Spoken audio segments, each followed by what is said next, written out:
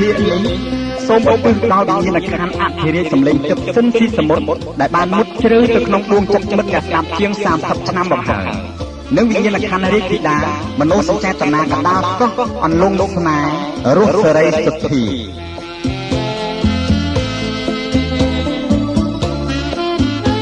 ជួនជាពេលនេះចាំពេលដែលមកបានមកដៃផងនោះយើងខ្ញុំក៏សូមឧទ្ទិសដល់វិញ្ញាណក្ខន្ធអ្នកចម្រៀងលោកស្រីតនិងអស់លោកល្បីនិពន្ធបទចម្រៀងសម័យទាំងអស់ដែលបានមកពីចាក់លោកនេះទៅ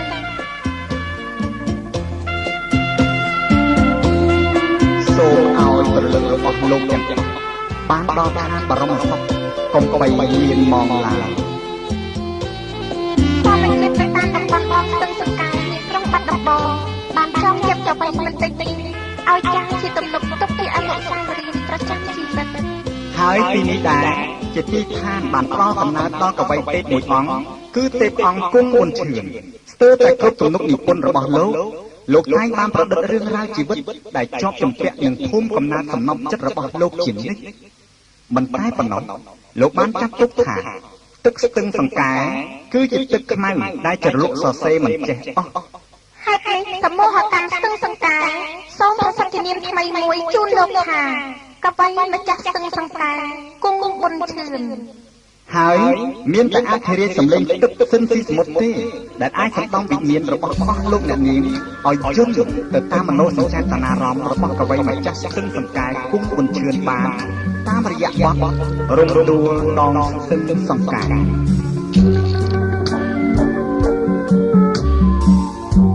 មហាសង្ក្រាន្តច្រើនឆ្នាំមួយទៅនួងតែមងសៅនឹកព្រួយក្រែងទៅឆាប់ភ្លេចរឿងដើមរឿងបាត់កំបងចងកងដងហើមការហត់ជួបត្រីឆ្នាំរដូវបង្សាមការរីកសុខអូនដើរក្រុមក្នុងស្ទឹងសង្កា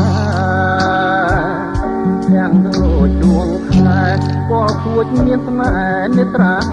ពុនរាយថាថាគេលហងសងខ្មៅរំសាយបងគុណមិនណាយក្លិនខ្លួនឆោមឆាយរាយសំណាញ់ណា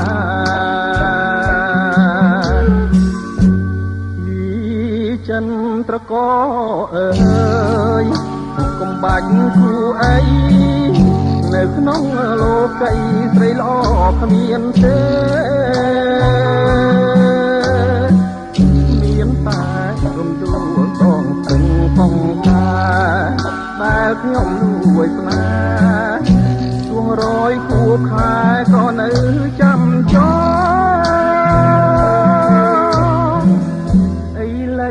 រដូវផ្ការីកវិលវិញទូតែទូមិនវិញជួកម្មបកដេញបាត់តាមួយតព្រៃក្រំអូនស្លាប់នៅក្នុងដបបងនេះកាត់នួនអងបងទុកទ្របខ្នងទេស្លាប់ក្នុងស្នោ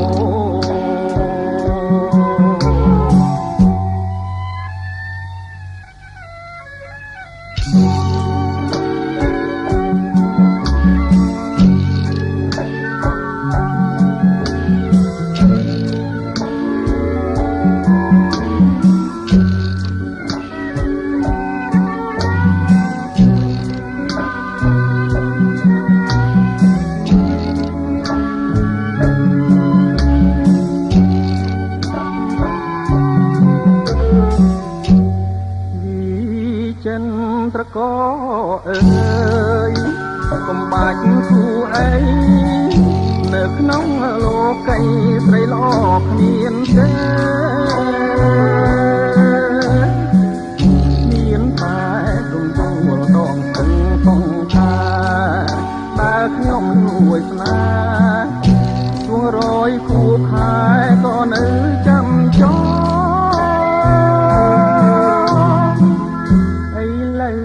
រដូវផ្ការីកវិលវិញ មិនដេញជួបកម្មបកដេញបាត់កាមួយដងក្រីក្រឹមអូនស្លាប់នៅក្នុងដបផងពីខិតនួនល្អបងទុកទ្របខ្នងដេកស្លាប់ក្នុងនោះ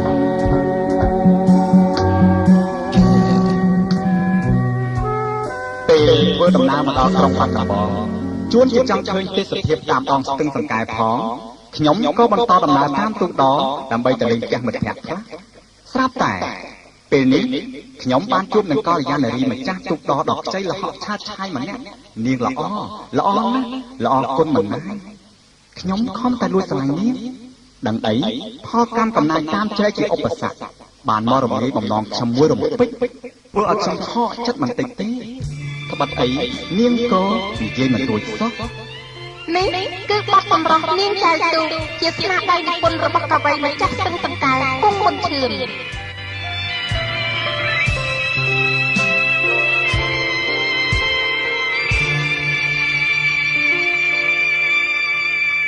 ជិះទូងតាមស្ទឹង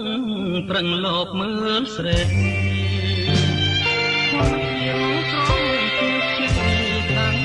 ព្រែកស្រីព្រៃវាលនោះ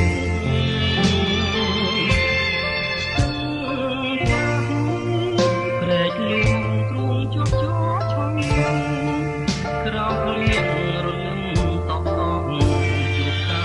គូឆានមកជាទេសចរជិះទូកដ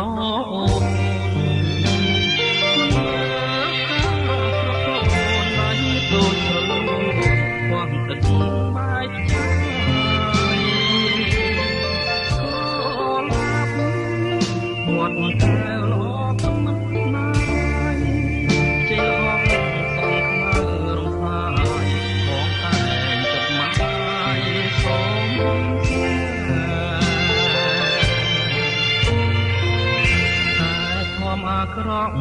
ដងត្រាំដួងចិត្តដូចមេឃរត់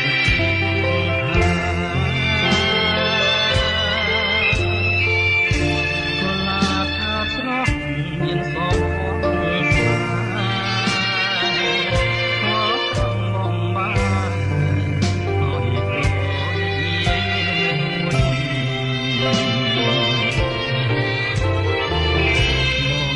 ឲ្យឈាមស្រោច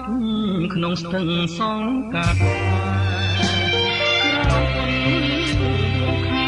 បងឲ្យជួបស្នេហ៍កុលាបពលគួចវត្តកាមេត្រាមុនស្រួយសូមឲ្យបានមួយឲ្យដឹងថាបងលួចស្នេហ៍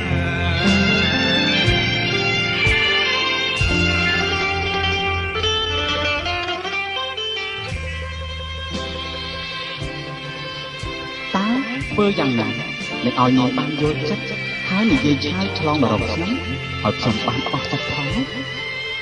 បងអាឈាមស្រោចក្នុងស្ទឹងសង្កែក្រោមពន្លឺដួងខែផ្សងឲ្យជួបស្នេហ៍កុលាបពណ៌ខៀវកុលាបវត្តកាយនៃប្រាមុតស្រួយសូមឲ្យបាននិយាយរួចឲ្យដឹងថាបងមួយ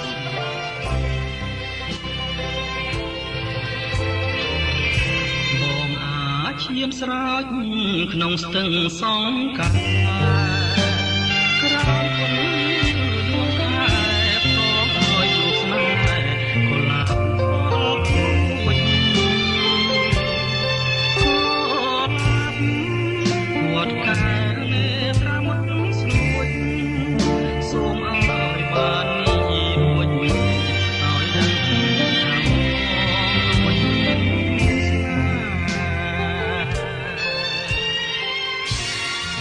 ខ្ញុំចុះពីទូកដោយនាំយកមកជាមួយនៅអារម្មណ៍សោកស្ដាយដូចជាត្រូវជ្រុះបាក់របស់អ្វីមួយចំណែកកវីស្វាយសំអឿលោកក៏បានមកជំពាក់ចិត្តនឹងក្រមុំតំបន់ស្ទឹងសង្កែដែរ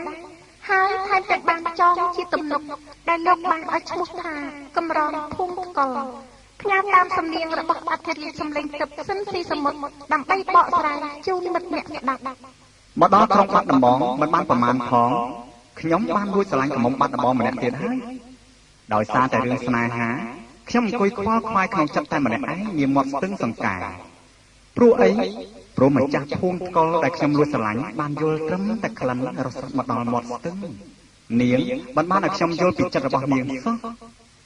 ស្នេហាខ្ញុំមានតែទឹកស្ទឹងសង្កែប៉ុណ្ណោះធ្វើជាចៅមហាលួងលោមបំពេដួងចិត្តប្រាប់ថាវមឥតក្បែរកណ្ដាលស្រឡាញ់រូបបងឥតលួងពេលស្ទឹងសង្កែពិតរឿងយ៉ាងណា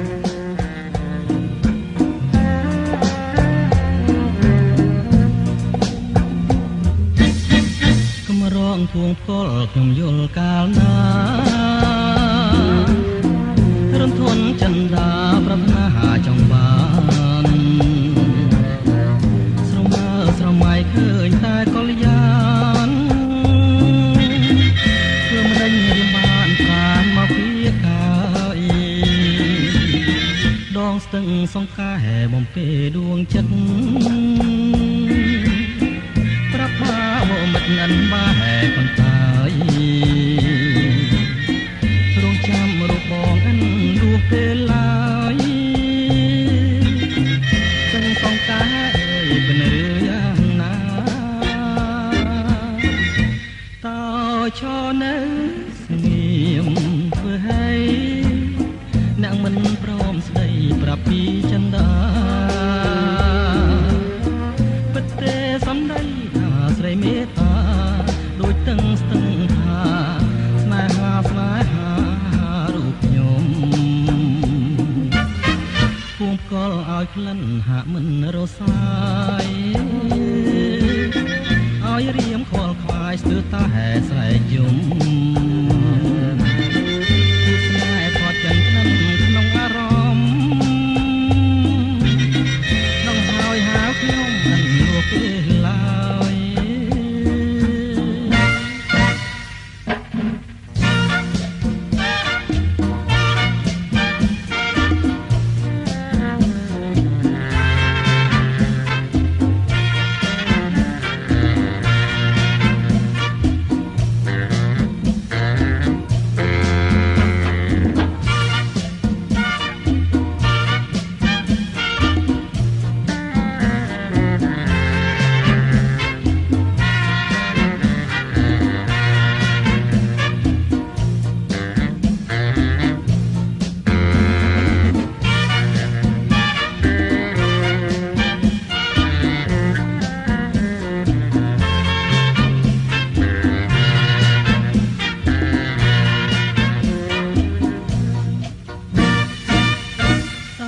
ឈរនៅស្ងៀមធ្វើឲ្យអ្នកមិនព្រមស្ដីប្រាប់ពីចិន្តាពិតទេសំដីថាស្រីមេត្តាដូចទាំងស្ទឹងថាស្នេហារូបខ្ញុំភូមិផ្គល់ឲ្យក្លិនហាក់មិនរសាយឲ្យរៀមខ្វល់ខ្វាយស្ទើរតែស្រែកយំពីផ្នែកថតចិនប្តឹងក្នុងអារម្មណ៍ដឹងហើយហៅខ្ញុំមិនរស់ពេលឡើយ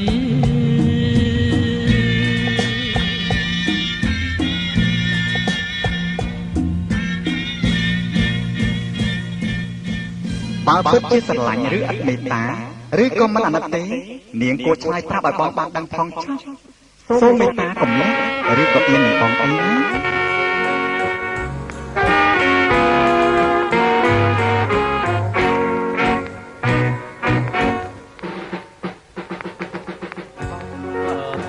ស្រឡាញ់ត្រូវហ៊ានកុំខ្មាស់អៀនកុំអៀនធ្វើអ្វីនឹងបងត្រូវសម្រាញ់ចិនហើយឆ្លើយឆ្លងតើបំណងមានបងអូនពីយ៉ាងបើស្រឡាញ់សូមឆ្លើយកាវបងអើយរៀងចាំចម្លើយស្នេហាអាណិត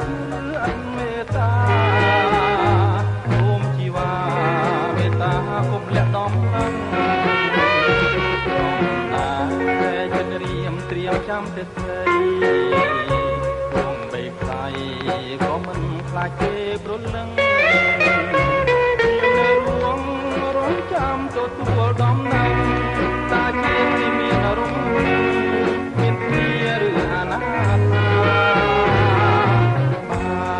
ស្រឡាញ់មេត្តាប្រដីទួងបាក់សីសេចសាត់ឬសារីកាក៏គុំគេចេះស្ដាប់ភាសាហើយឆ្លើយថាស្នេហារូប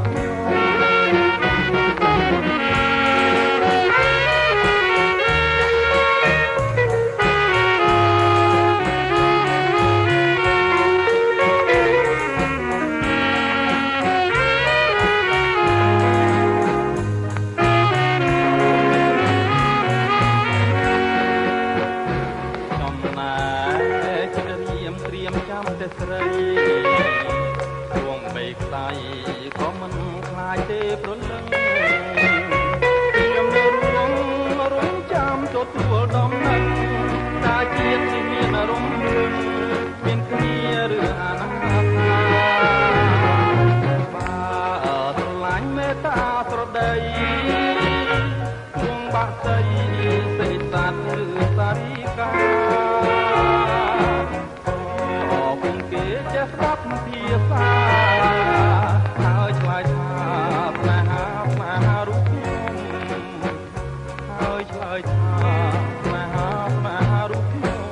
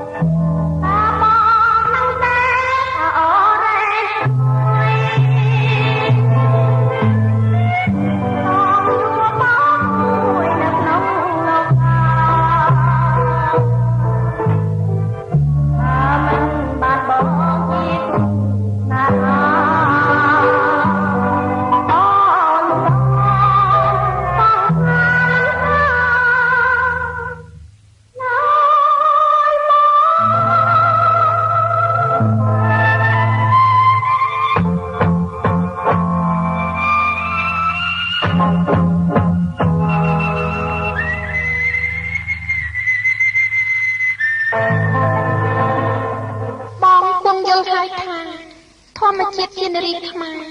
តែបានប្រពៃនេះដកសិទ្ធយកសេចក្តីក្លាហានចំពោះមុខស្នេហាបាត់អស់ទៅហើយបំពេញមកឲ្យវិញ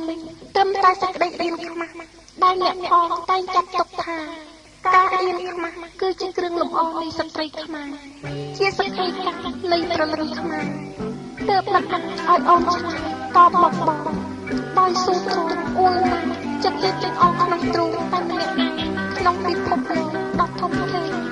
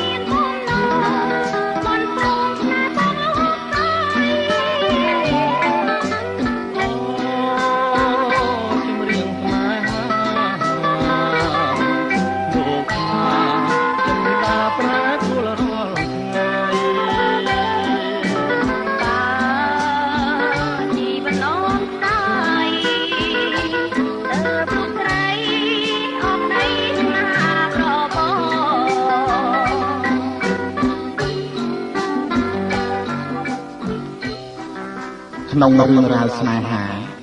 ជួនវាប៉ះលើខុសជួនក៏ប៉ះលើត្រូវតែបើជួនលើត្រូវនោះវាប្រៀបបានទៅនឹងចម្រៀងសុភមង្គលដ៏ត្រជាក់នៃទឹកជ្រោះដែលហូរធ្លាក់គ្មានពេលបញ្ចប់ចិត្តស្រឡាញ់វាបង្កើតនូវក្តីស្រឡាញ់ដែលគ្មានព្រំដែនប៉ុន្តែទោះបីយ៉ាងនេះក៏ដោយក៏គេមិនហ៊ានអួតថាចិត្តមនុស្សនឹងមិនប្រែប្រួលនោះទេនោះណោះនៅទីឋានជើងភ្នំសំពៅ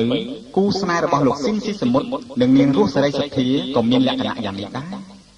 ទោះបីលោកស៊ីនស៊ីសមុទ្រធ្លាប់បានទទួលនូវសុភមង្គលពិតពីការស្រឡាញ់និងកំពុងស្ថិតនៅក្នុងការស្រឡាញ់ហើយកំពុងតែនិយាយថាស្រឡាញ់ដោយដែលលោកធ្លាប់បានដឹងថាទឹកស្ទឹងសង្កែដែលធ្លាប់តែមានសភាពខ្លាយយំធ្លាប់តែហូរជានិច្ចនិងកំពុងតែហូរក៏លោកនៅតែខ្លាយក្រែងទឹកស្ទឹងសង្កែដែលជាដង្ហើមស្នេហ៍របស់លោកវានឹងប្រែប្រួលទៅជាសភាពថ្មីដែរ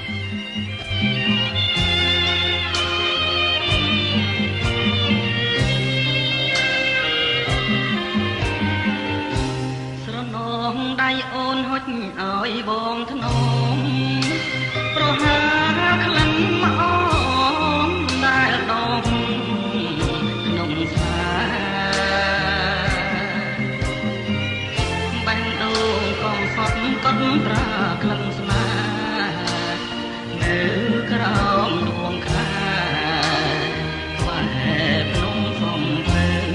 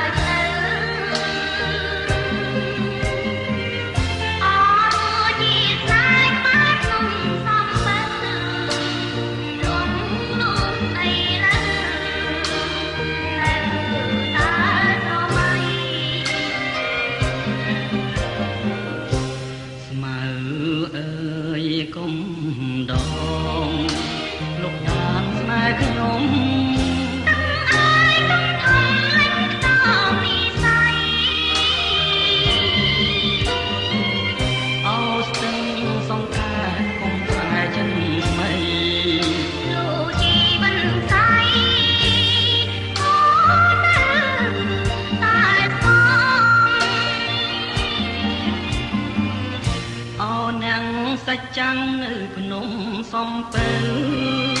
ជួយធ្វើមកឲ្យខ្ញុំផងចងរឿងខ្ញុំពីប្រាំមកបានទាំងអង្គសូ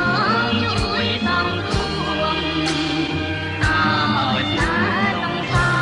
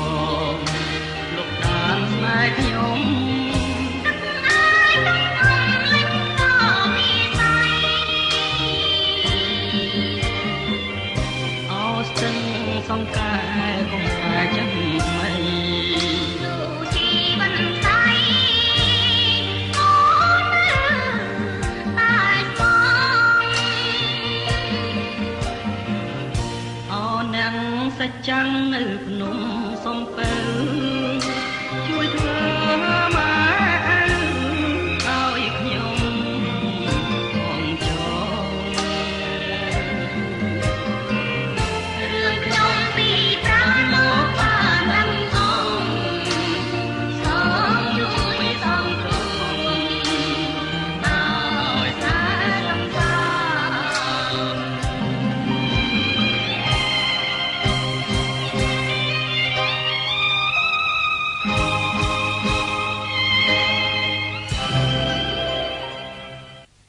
លោកនេះមានតែទេពកោសល្យទេដែលត្រូវបានគេកោតសរសើរ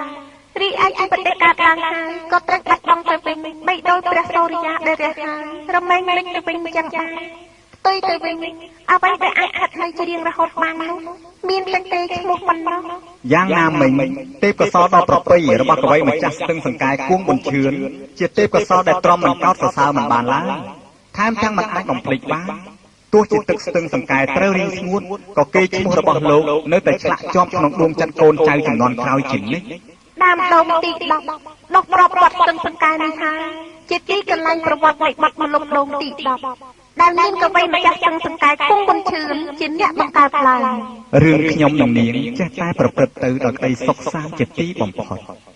រាត្រីនេះនាងសន្យាថាមកជួបនឹងខ្ញុំនៅក្រោមដើមដូងទី10នាមាត់ស្ទឹងសង្កែនេះព្រះសូរិយារៀបនឹងរលត់រស្មីទៅហើយរីឯវងរីកំពុងតែជ្រួលច្របល់យំប្រហឹងហើលាស្ទឹងសម្ដៅរកត្រនំនៅសល់តែខ្ញុំម្នាក់ឯងដែលនៅឈរចាំកំដររាត្រីនេះមាត់ស្ទឹងសង្កែរាត្រីកាន់តែរំកើមកជ្រៅណាស់ទៅហើយតែនាងនៅតែមិនឃើញមកជួបនឹងខ្ញុំសោះឬមួយក៏នាងភ្លេចសន្យានឹងខ្ញុំមើលស្ទឹងសង្កែមើលខ្សែទឹកហូររុកខាងវត្តនេះនឹងចំណោទ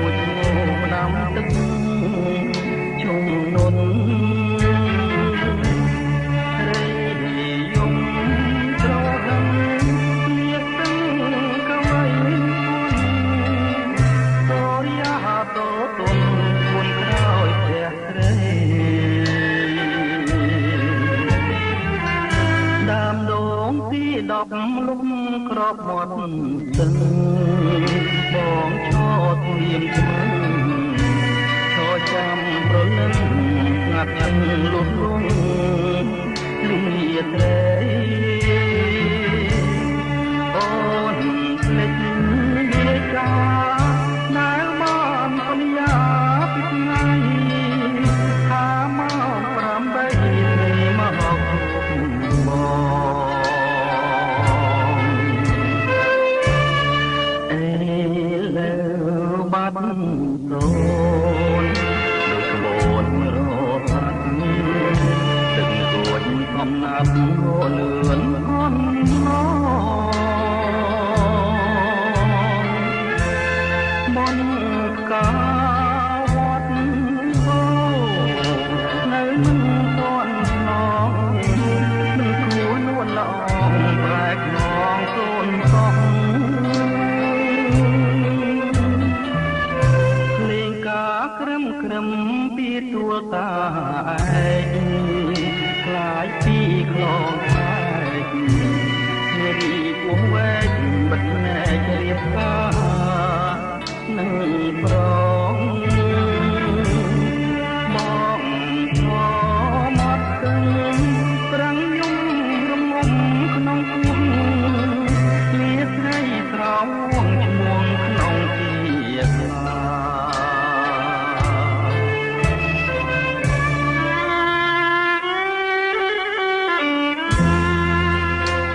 ទឹកស្ទឹងសង្កាយចុះដែលធ្លាប់តែហូរគួចលឿនចុះឥឡូវ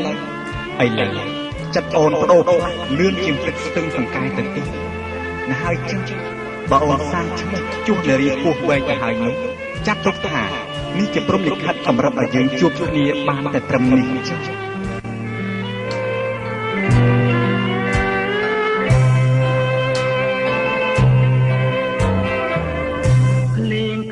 ក្រឹមក្រឹមពីទួលតាឯងខ្លាយពីខ្លងខែកជារីពួងវែងបិទណែករៀបការនឹងប្រងបងឈរមកទឹងប្រាំងយំរងំក្នុងគួងលាស្រីស្រោមឈ្មោះក្នុងជាខ្លា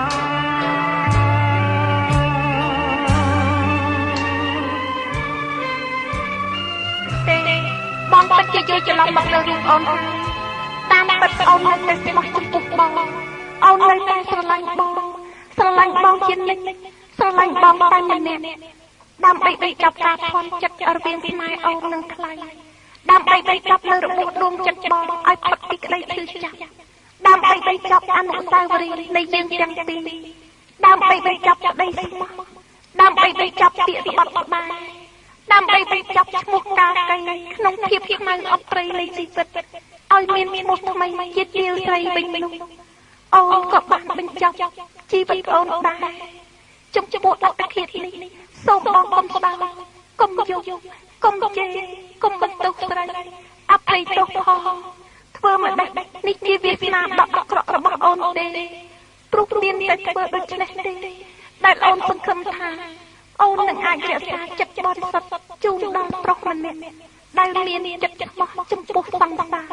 អាចឲ្យជីវិតអូនរួចផុតពីក្តីសោកស្ដាយចំពោះរូបបងបានអូនសែនស្ដាយណាស់ស្ដាយដោយមិនបានរួមរស់ក្បែរបងដោយក្តីប្រាថ្នាស្ដាយអនុស្សាវរីយ៍ដែលសាងរួមគ្នាស្ដាយចិត្តស្នេហ៍របស់បងដែលមានចំពោះអូនថ្មីត្បិតតែជាតិនេះអូនបងស្នេហ៍មិនបានជួបទឹកក៏ប្រលឹងអូននៅតែឆ្លងជួបបងមានជាតិថ្មីហើយអូននៅតែថែចិត្តភក្តីជូនថ្លៃទៀត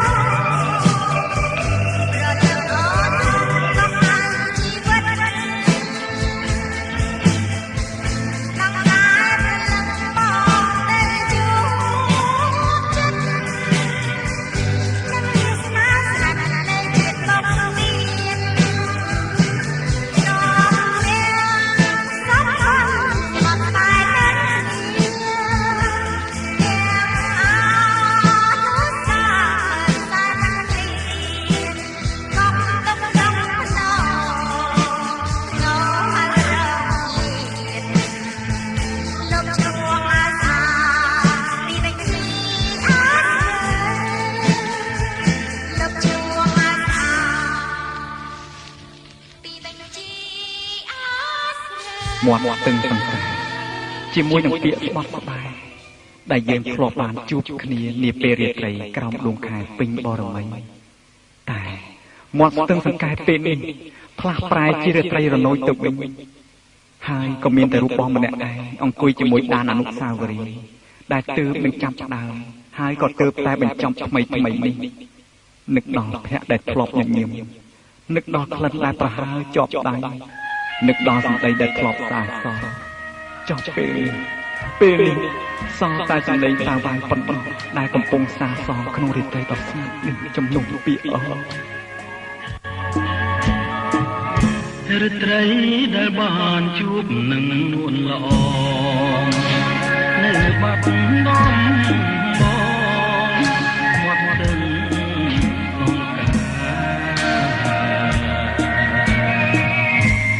យើងទាំងពីរនាក់តែចាស្បត់ស្មាក្រោមដួងព្រះខែរាំងពេញបរមីរៀមលូកដៃអោបក្រសោបកាយអូនរាត្រីស្ងាត់សូនដោយស្នេហ៍ភក្តីភៀងអើយភៀងអូនញញឹមមានន័យ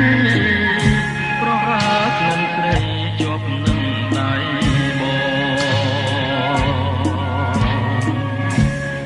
រាត្រីរនោចដូចដើមនឹកពេល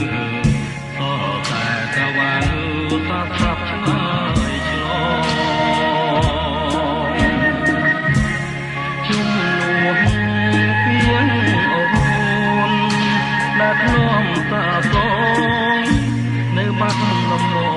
មាត់ស្ទឹងសង្ការ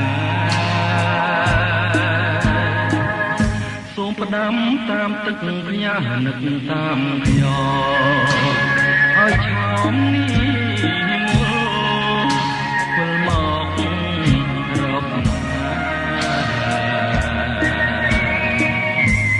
ដូចរាត្រីកាលពេញបរមីខែ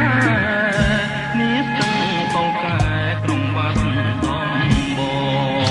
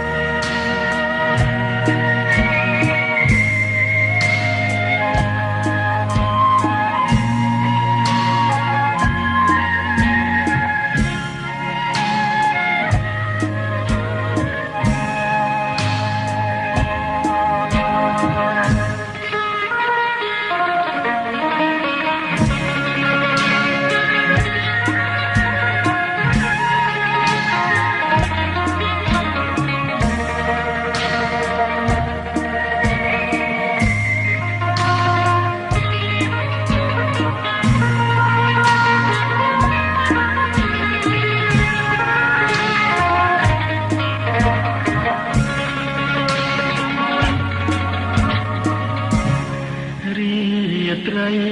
រនោចរួចផ្ដាំនឹកពេលសតែតាវ៉ាតាកាប់ឆ្លើយឆ្លងជុំនួនពីងអូនដែលធ្លាប់សាសងនៅបាត់ដំបងមាត់ស្ទឹងសង្ការសូមផ្ដាំតាមទឹកផ្ញើនឹកតាមខ្យល់ឲ្យឆោមនេះវិលមករកដូចរាត្រីកាលពេញបរមីខែនេះស្ទឹងសង្កែក្រុងបាត់ដំបង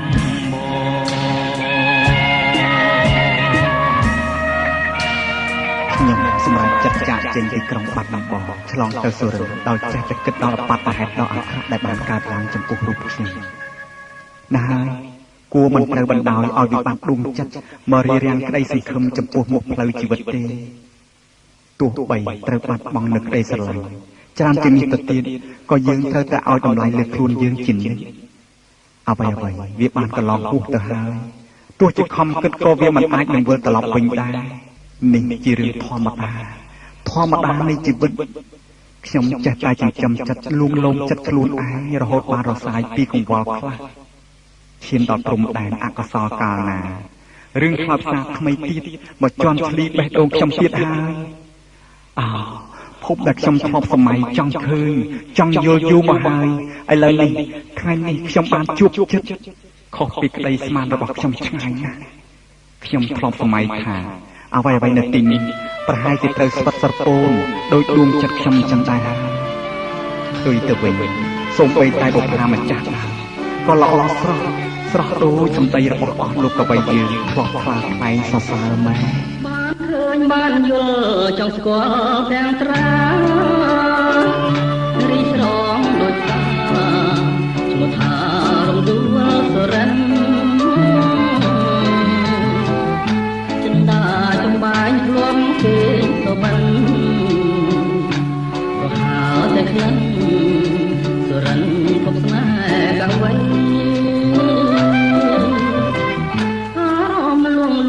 ឆ្លងនឹងសម្រងសពន់សំផងតស្រងគួរឲ្យបែបទៅដោយការក្រពុំកំពុងវិញវៃនៅក្នុងលោកីរកស្រីមកទឹមពុំបានការមានស្រទាប់ដោះជាប់នឹងមេរំដួលចំលែកក៏ផ្លែក្រហមរកគ្នាណារំដួលសរិនល្អហួងក្តីស្មានប្រសិនតែបានលោកប្រានរៀមអស់ទុំខា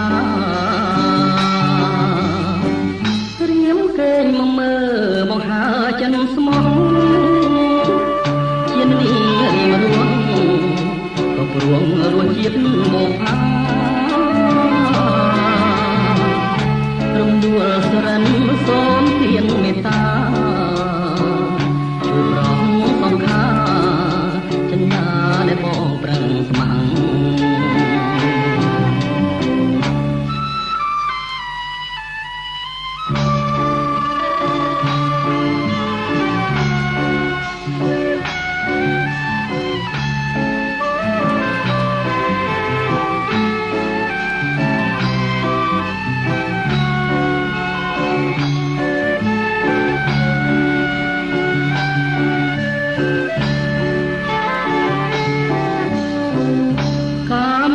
ស្រទាប់ដោះជាប់នឹងម៉ែ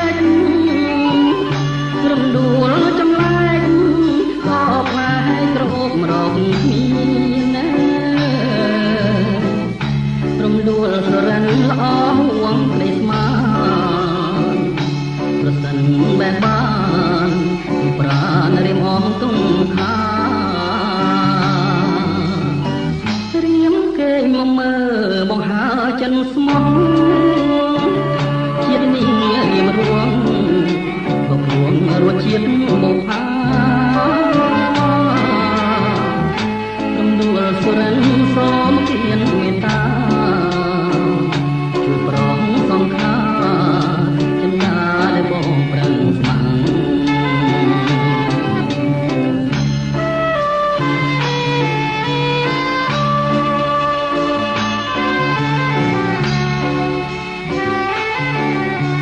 រពិតមែនតែខ្ញុំចង់ផ្ញើវាសនាលើទំនុំថ្មីនេះប៉ុន្តែមើលទៅប្រហែលជាគ្មានសង្ឃឹមសោះត្បិតអីឥឡូវនេះនាងចូលមកលុបបាត់ទៅហើយទោះបីខ្ញុំខំវល់សុំស្ដីស្នេហាយ៉ាងណាក៏នាងមិនហ៊ាននិយាយស្ដីរកខ្ញុំដែរម្ចាស់ស្នេហ៍ខ្ញុំមក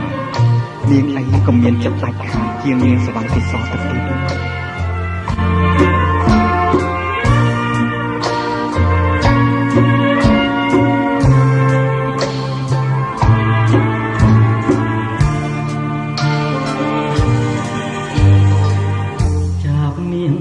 ចយំទំលើមង្គលក្នុងត្រង់ពួនល្អចងក្បែរបងសុទ្ធទាំងស្លាប់ហាមិនរួចជួងចិត្តព្រះលួចរួចស្នេហ៍ចាំ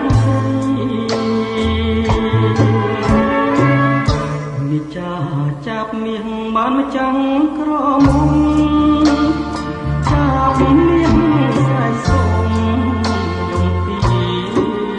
ចំណៃ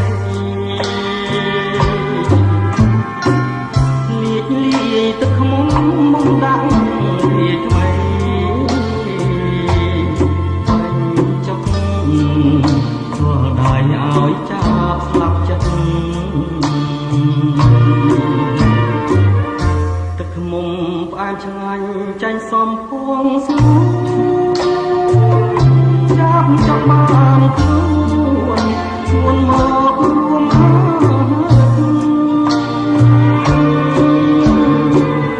ចាប់យំមកឲ្យស្រីអាណិតមានបដូរជាល្បិចចិត្តប្រា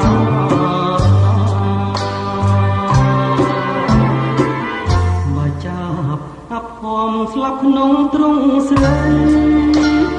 សុំចាប់យកដីនៅក្នុងហាត់បើចាប់នៅរស់គុំចិត្តមេត្តាចាប់មានវាសនារូបក្បែរទ្រង់អូ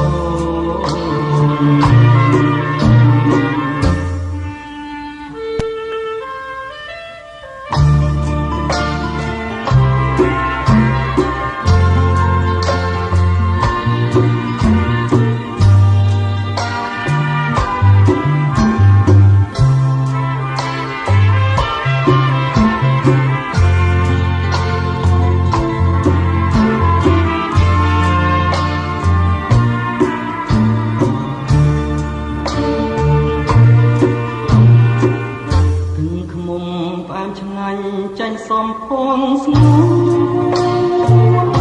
ចាប់ចង់បានខ្លួនស្ងួនមករួមចាប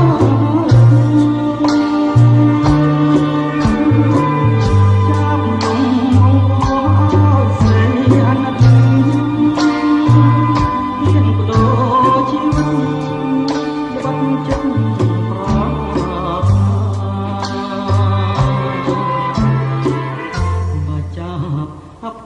ស្លាប់ក្នុងទ្រង់ស្រីសុំចាប់តែភ្នែកនៅក្នុងហាត់ផា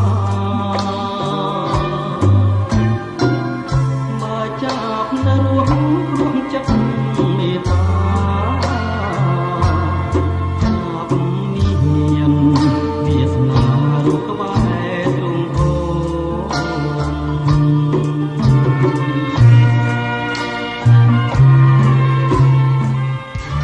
ខ្ញុំចាក់ចេញពីសុរិន្ទបំរុងទៅច្បារអំពើវិញតែម្ដងនេះខ្ញុំមិនត្រឡប់តាមផ្លូវបាត់ដំបងវិញទេខ្ញុំត្រឡប់តាមផ្លូវសៀមរាបម្ដងមកដល់ក្រុងសៀមរាបខ្ញុំបានជួបនឹងបុព្វាស្ទឹងសៀមរាបម្នាក់កំពុងតែដើរម្នាក់ឯងហើយមានយកផ្លែម៉ាក់ប្រាំងទុំខ្ចីនៅនឹងដៃផងពេលឃើញនាងភ្លាមខ្ញុំមើលនាងភ្លឹកភ្លាំងអស់ស្មារតីនឹកសម័យខាងក្នុងភ្លាមម្ដងខ្ញុំប្រហែលបានជួបនឹងទេពធីតារក្សាទីឋានអង្គរខ្ញុំខំនិយាយសុំផ្លែម៉ាក់ប្រាំងតែខ្ចីពីនាងតែនាងធ្វើឲ្យមិនខ្ចីនិយាយរកខ្ញុំសោះអត់រៀនស្ងាត់ស្ងាត់រហ័សទឹកធ្ងោតាមលឿនទឹកហូរនេះរហូតដល់ប្រាំងក្រំដួលដងស្ទឹងក្រមុំស្លឹកបាំងបងកយគុនខាងលឹងដីស្មារតីប្រហែលខ្មៅស្ទើអូនដើរម្នាក់ឯងលោកបងអ្នកស្វែងចង់ធ្វើមុខស្រីបងសូមមកប្រាំងផ្លែណាទី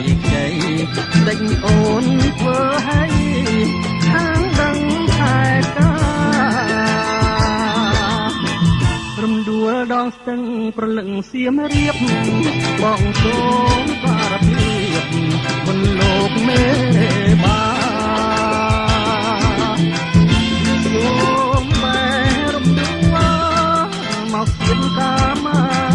ចង់ក្រងវាសនាលោកទៀតរំសាយរហាន់ទឹកអើយជួយច្រៀងលួងលោមចង់ជួយចោះពីហើយសូមបែបអន់ស្វាយទឹកអស់ស្បាយសូមជួយដឹកដៃខ្ញុំឆ្លងទឹកស្នា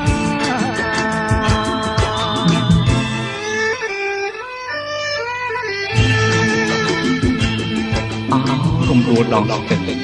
អូនល្អបីដូចរូបកេងណដែលឆ្លាក់លើផ្ទាំងថ្មអង្គរវត្តតែគួរឲ្យស្ដាយស្ដាយដល់បុព្វស្ថាបត្យករខ្មែរលោកមិនបានឆ្លាក់បេះដូងនាងតតែ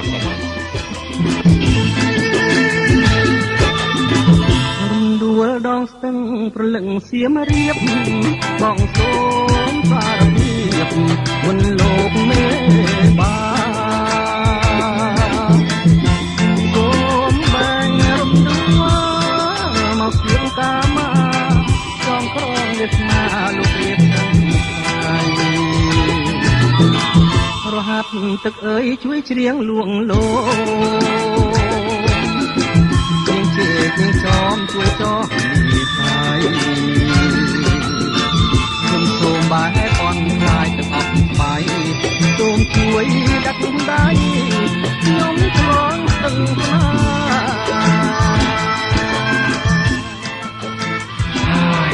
មើលទៅទីណាក៏ជួបតែការខកខានដូចនេះដែរបើតែយ៉ាងនេះខ្ញុំលែងចង់ជួបលែងចង់រៀនមេរៀនស្នេហាដែលជាមេរៀនគ្មានគ្រូនេះទៀតដែរចេញពីសៀមរាបខ្ញុំត្រឡប់មកច្បារអំពៅវិញលើរថយន្តក្រុងពីភ្នំពេញទៅច្បារអំពៅចៃដន្យអីខ្ញុំបានអង្គុយចិត្តតូចតន់នារីជ័យក្រុងដ៏ស្រស់បវរម្នាក់កែវភ្នែកដ៏ភ្លឺថ្លាជាមួយកាយវិការញញឹមផងអៀនផងសម្លឹងមករកខ្ញុំជាសញ្ញាថាលានាគ្រាចុងក្រោយមុនពេលដែលនាងរៀបចុះពីរថយន្តក្រុងបានអង្រំបេះដូងខ្ញុំឲ្យកម្លាំងជាថ្មីទៀតហើយខ្ញុំក៏ចុះពីរថយន្តតាមពីក្រោយនាងដើម្បីចង់ស្គាល់ផ្ទះនាងដោយមិនបានឲ្យនាងដឹងជូនសោះជួនជាចៃដន្យជួបតន់ទាវស្រីបីដូចអីស្អីជុំរូបឆោមឆ្លើលើរថយន្តក្រុងតាមដំណឹងផ្លូវបងនឹងពេលអង្គុយចិនគ្នារាហូជួបច័ន្ទហោរាបានទីបងជួបឆោមឆាយចិត្តរែងរងសូក្រៀងថ្ងៃត្រង់ញ័រទ្រូងកំព្រីចិត្តបងទៀមទីសូនស្នេហ៍ពីស្រីទន្លេបាសាំងគុំស្ទាំងបំណងពីមចំកោងខ្នងចម្លងនេះសាយខាន់ក្បាលអំពៅជាភូមិស្នេហ៍ថ្មីទួងរូបបងខ្សែក៏នៅតែស្មៅចុះពីរថយន្តអូនញញឹមលីក្រោមខ្សែត្រាអូនគៀនលួចលាក់បងលួចតាមស្គាល់ទាំងមលាក់ថ្ងៃក្រោយបងទាំងជួលតន់ដឹងអូ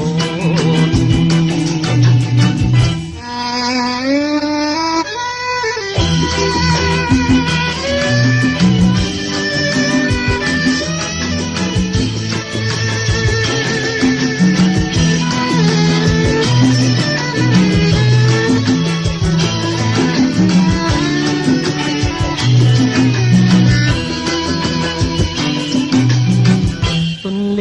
បាសាំងគុំស្ទាំងបំណ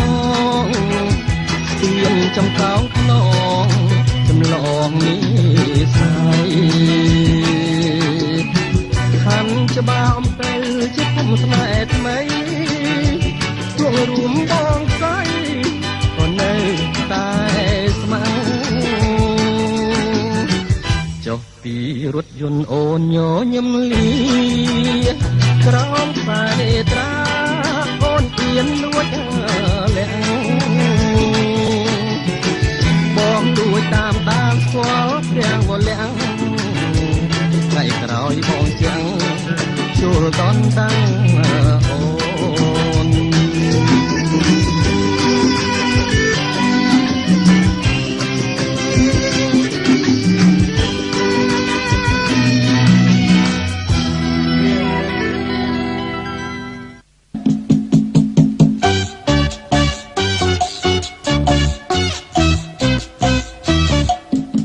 យើងខ្ញុំសូមអភ័យទោសនៅរាល់កំហុសឆ្គងទាំងឡាយដែលកើតមានឡើងក្នុងការរៀបរៀងនេះ